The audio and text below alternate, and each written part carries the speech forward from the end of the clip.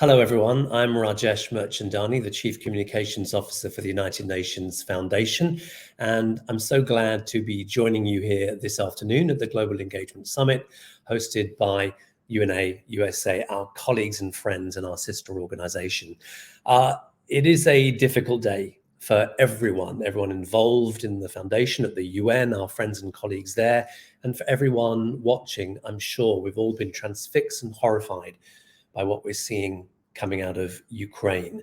I just want to remind folks, though, when we see situations like this, we often wonder, what can I do? What is an individual able to do? And I think that's why a session like today is so important, because peace is a prerequisite for progress, for everything that we hold dear, for all the collective action challenges that our world faces: COVID, climate, poverty, inequality, so much more.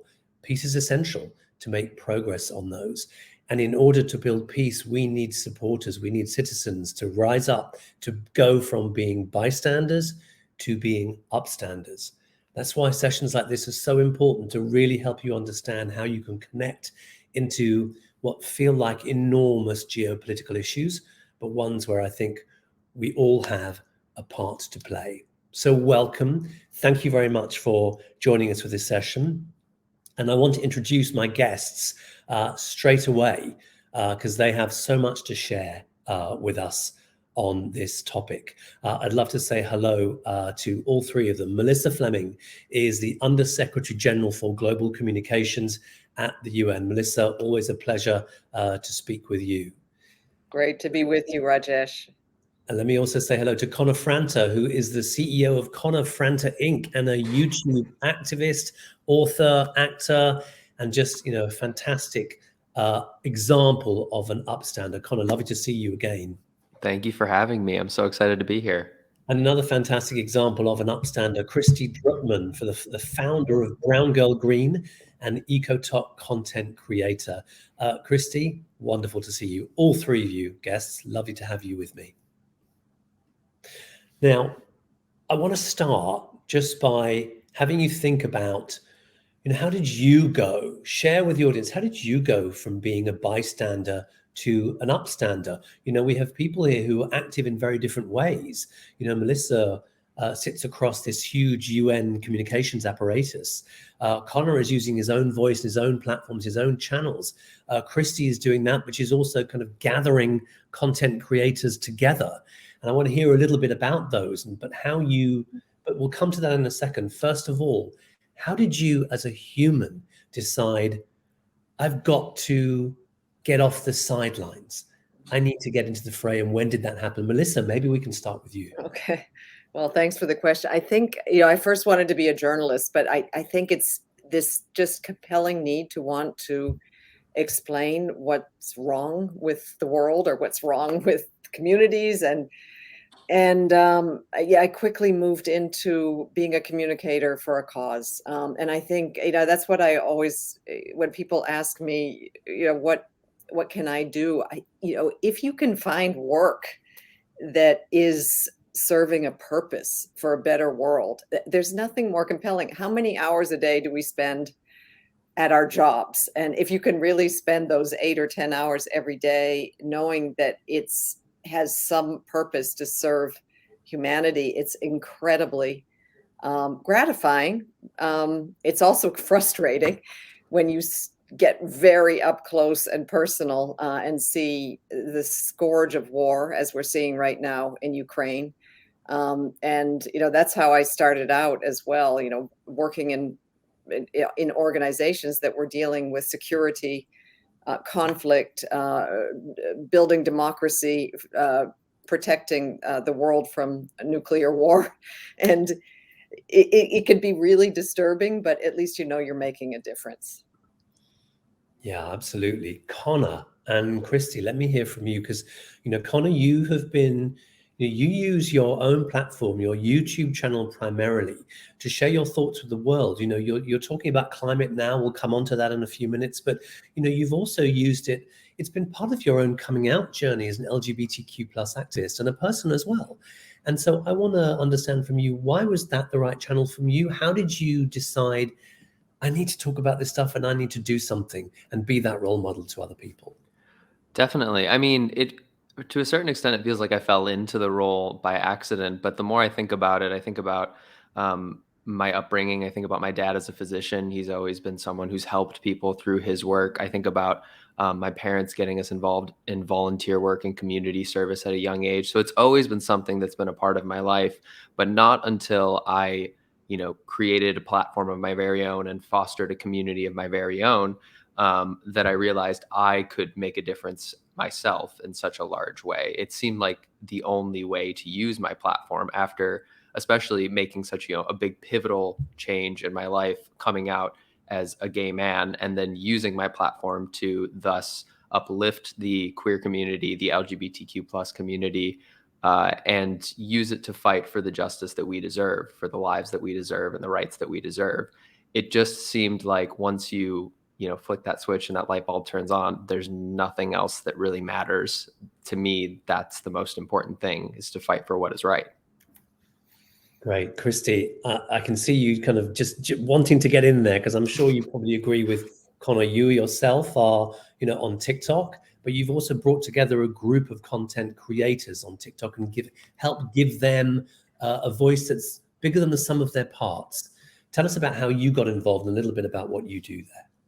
Yeah, so I mean, Eco Talk was created as a platform on TikTok to basically highlight climate science communicators, those of us who come from like a climate policy and climate science background, and how we're actually using the internet to educate people about these issues. Because yes, people know tree planting, yes, they know about, reducing plastic, but they don't really know as much about actual like climate science or climate policy. And I think that lack of climate education is actually preventing more people from getting involved with the environmental crises of our time, because there's not enough content out there being done by science communicators in a way that is accessible to more people. And so those of us that are part of Eco Talk are on a mission to basically try to transform that as young people, to bring environmental information in a way that isn't just about lifestyle, but it's about science, it's about data, it's about getting involved and taking action, which I think is something that is not promoted enough on the internet. And I think Eco Talk is at the center of really trying to bring that, especially to Gen Z and younger audiences. Well, that's fantastic. Specifically this point about kind of science and data. Melissa, let me come back to that point with you, because one of the things now that you're doing, sitting at the top of the UN information tree, the Department of Global Communications, is actually doing important work against COVID misinformation. Tell us a little bit about that. Yeah, thanks. Well, it's also really great to hear what Kristy just said about working as influent in Connor as well. I mean, the two of you represent as human beings, as people others can relate to, people online who are accessible, who are making the internet also a more humane place and giving people ways to get involved. And that's exactly what we're trying to do at the UN. The UN is a big, huge institution, and I think most people see it that way. What I've been trying to do is to really make it much more accessible. Turn the usual PDF report that is passively sitting on UN.org and get that content out in bite-sized, in cool shape that travels well in digital spaces, and then also get influencers like Kristy and Connor to help us penetrate communities that really need to hear this. So we need to compete with disinformation actors who are incredibly savvy in using the algorithms to invoke rage and disbelief and shock and awe, so that people will share it. And we're there to provide an alternative, to fill data gaps, and to make sure that the public can have information that's based on science that they can trust.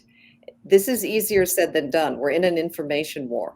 And I'm not just talking about COVID-19 guidance. I'm talking also about climate, because I know both of you are really involved in climate.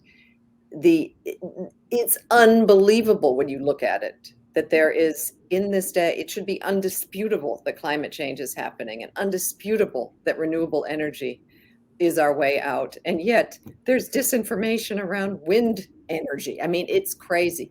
We're in a battle for a more humane internet and an internet based on content that's science-based, and we need all of you to be involved.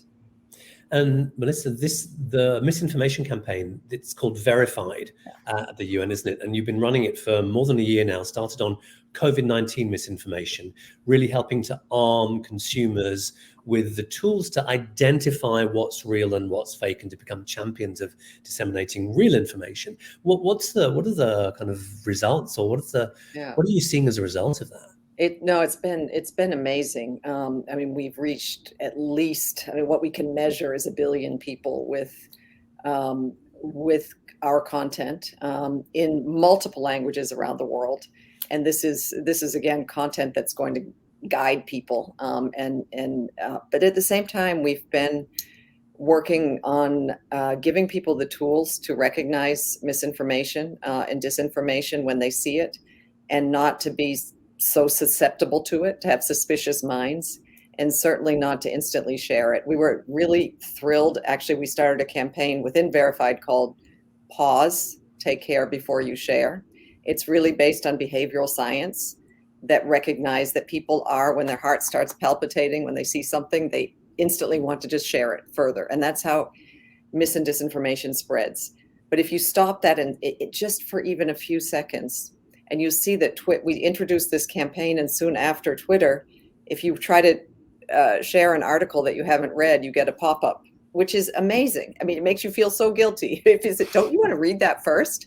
And you don't share it, probably. So Facebook has done the same thing. So there's a lot that we can do, and it's been, we're scaling up our Verified initiative, and we're working with influencers, but also ordinary, just everyday people who have communities of 100. We're asking people to be our digital first responders, be our Verified champions, so that we really can deploy all over the world and penetrate the internet for a better place. Sharon Byrne in the chat is asking, how do we help Verified? Thank you. There are ways. We can actually put the link in the chat where you can sign up to become a Verified champion, and then you'll get regular information from us, content as well, and tools to also learn about how misinformation spreads and how you can be somebody who can educate your friends and community on how to stop the spread. Yeah. So it's shareverified.com. But I think hopefully we can put that in the chat. Already in there. Farah's got it. Yeah, Farah's got it in the chat already. Just going to pull up one comment, another comment on the chat, which I really love, which is, where is it? Here, from John Dillon Armstrong, saying, thank you for making this intergenerational and intersectional. I think it's just a reminder that good ideas and good intentions are everywhere to be found in our world, and we really need to kind of look everywhere to get everyone everywhere involved. Kristy, I'd love to kind of hear from you again now, just thinking about, and Connor as well, thinking about your own activism. Why did you decide that this was the route for you? I mean, Melissa talked about wanting to be a journalist, getting involved in an organization and cause marketing, if you like, but for you guys, it's so much more personal. Why was this the right road for each of you? Yeah, so I would say for me, Typhoon Haiyan hit the Philippines when I was, starting university, and I was, studying environmental policy and city planning in undergrad, but it felt so much more personal when I knew that people who look like me, who come from families like mine, were being impacted by climate change right now, not in the far off future. And I think that a lot of people feel like climate change is this very abstract thing that's far off, but it's actually destroying families and communities all over the world right now. And I think that people need to recognize the very tangible and real and imminent impacts of the climate crisis. And for me, I felt very frustrated that I didn't see many people who look like me talking about these issues, coming from communities of color, being highlighted and amplified and having a platform to discuss these issues, because they're ultimately human issues, not technological issues. They are human issues. And I feel like if we can't address the gaps and the inequities that drove this crisis in the first place, we're going to just end up at square one. And so for me, creating Brown Girl Green as a social media platform was for me to give that voice of that frustration as someone who does have a climate science background, but also understands the lack of diversity and inclusion in the space, both from like a youth perspective, a woman perspective, a brown woman perspective. And I felt like, how are we bringing in more cultural nuance into the conversation around climate to make the storytelling feel more attractive, to bring people in and not feel so much climate doom, but hope and optimism that we can take action to actually tackle these issues, because there's still time to fight these things. And I really wanted my platform to be a space for that. Amazing. Connor? I mean, working across, as I'm sure everyone here is, working across multiple different genres and issues and problems, but like in terms of queer rights and human rights and gender equality, it just, again, it felt like the right thing to do. I think about how much my life could have been derailed if my coming out process would have gone negatively or would have gone south, or if I wouldn't have come from an accepting family or environment.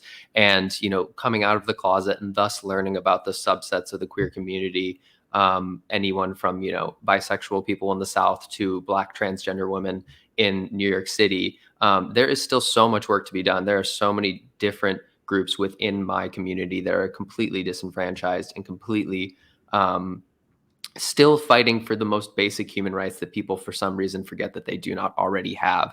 So for me, it is about knowing that, I am someone that comes from an ultimate place of privilege, and I want to use that for the benefit of everyone else. And I want everyone to have the same journey that I have had. And I just think that using my platform to amplify my voice and to speak on topics like this can do nothing but good for the rest of the world.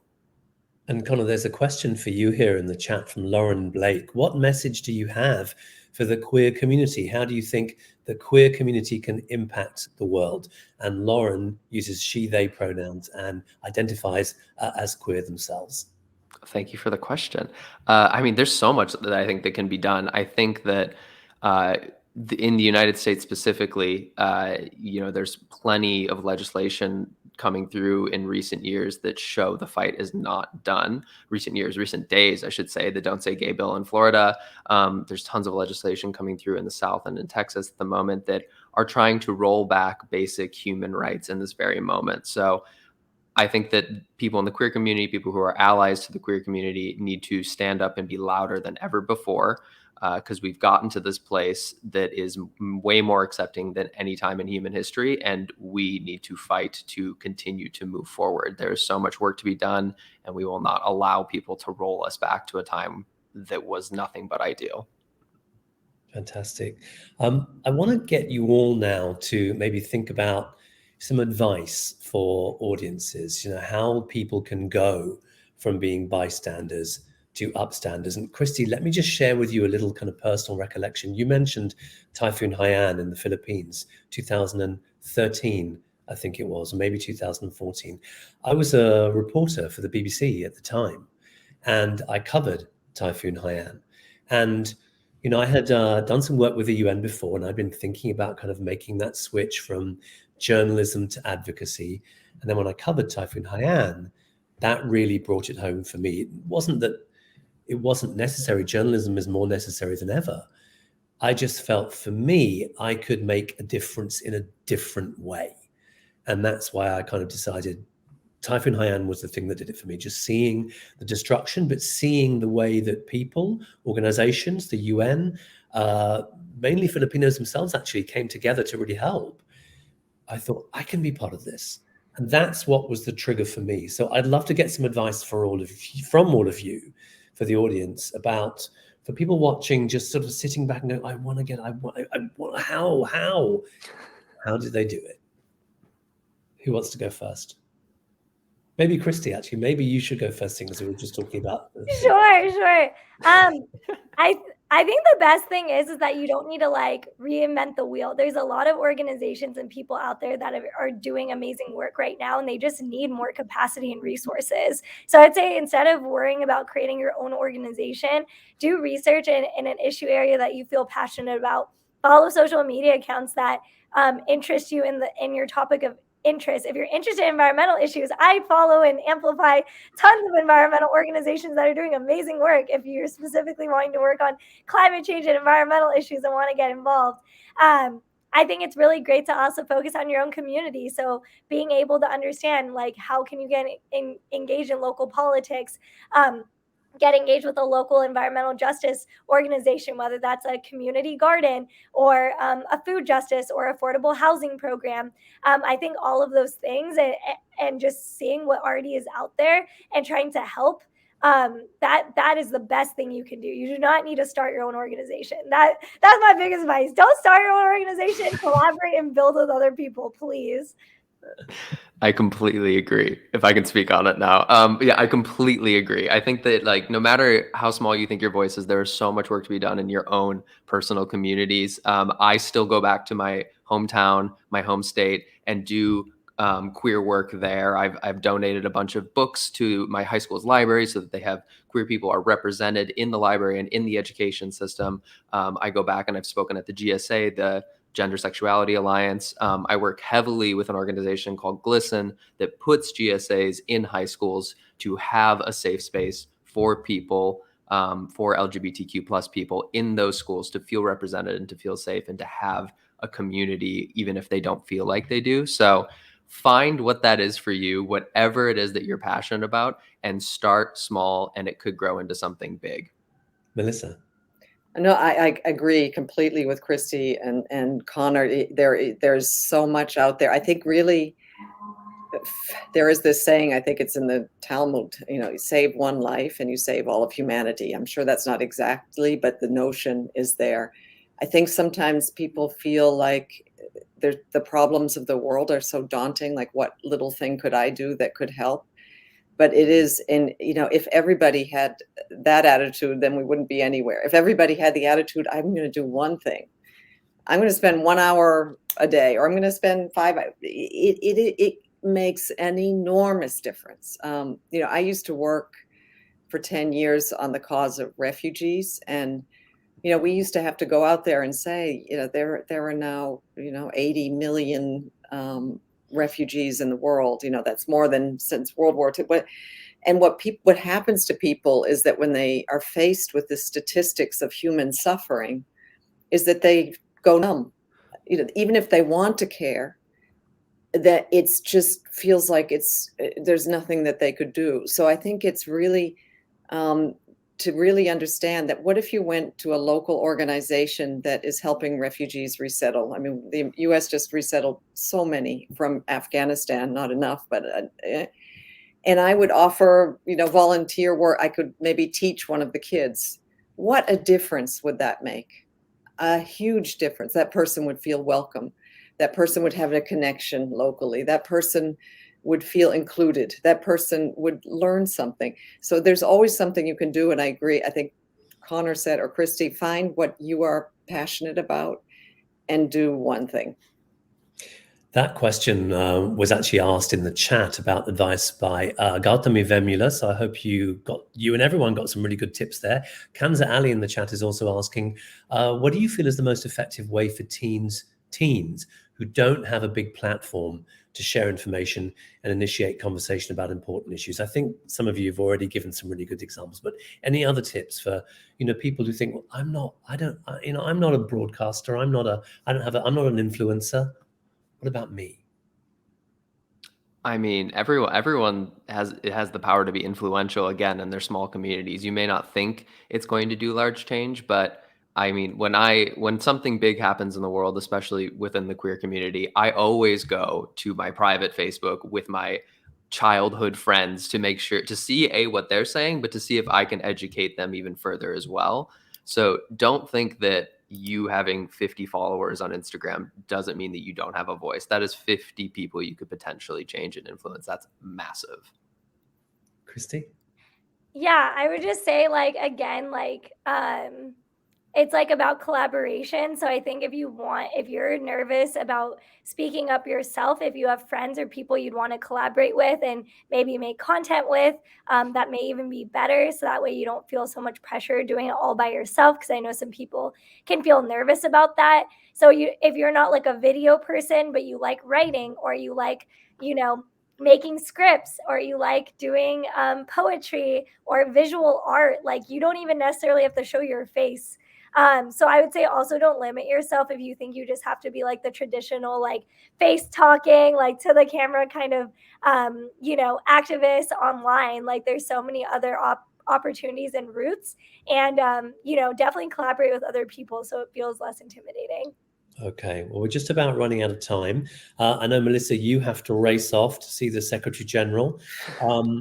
I wanted just to give you the opportunity to let everyone know that the verified campaign, which you talked about, is going to be talking about climate in the near future. Yes? That's right. Well, we are definitely connecting this methodology, and we've been, I just wanted to give a plug for the organization that we work with. And you talked about collaboration, and that is Purpose. It's actually, it's a social campaigning organization that's only out there for the public good. So it's been an incredible partnership with the United Nations, and it's really helping us to reach out to people like you. So please do get involved. We are stepping up our climate campaign as well. We do have one possibility now. It's called Act Now. There's an app. And Connor has actually supported this app. I think you did a video for us. But this allows you to log your individual actions to help make a contribution to reducing emissions, or just making the world, making the communities and environment better. So we have a number of possibilities for you to get involved, but definitely climate action is so urgent now. There's going to be a report coming out next Monday by the International Panel on Climate Change that is going to, if you thought that the other previous reports coming out were shocking, this is really existentially shocking. We are experiencing climate change now. It is devastating. And our window to address it is really shrinking. So we need everybody activated and out there.